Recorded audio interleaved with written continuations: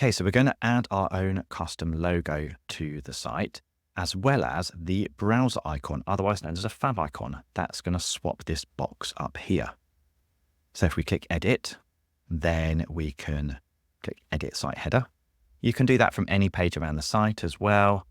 Clicking into this site title and logo, hit edit, and then we're going to upload our logo over here.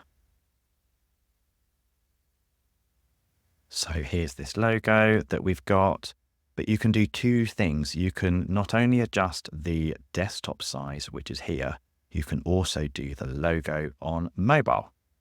So the way that I like to do this is you can then obviously slide and adjust this. And then with the mobile one, I like to toggle it into here, click to give it some context, and then click edit. And then you can adjust this over here.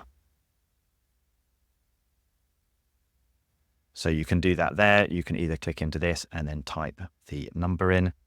But should you want to add just a mobile logo only, then you can just upload this. So that will replace what we're seeing here and override this default one. The other thing to note, just whilst we're here, is it's useful to keep this site title, because that is what will appear up the top and be useful for then anything that Google or the equivalent comes and crawls on the site. So now we've got our logo in here, we then need to add the browser icon. So what I'm going to do is just hit search, and here we go. It's called a favicon. And then you can just upload this here. So let's do the same thing. Now, you might not see it appear straight away. So what I'm going to do is just refresh my page. And then there we go. We can see it pop in.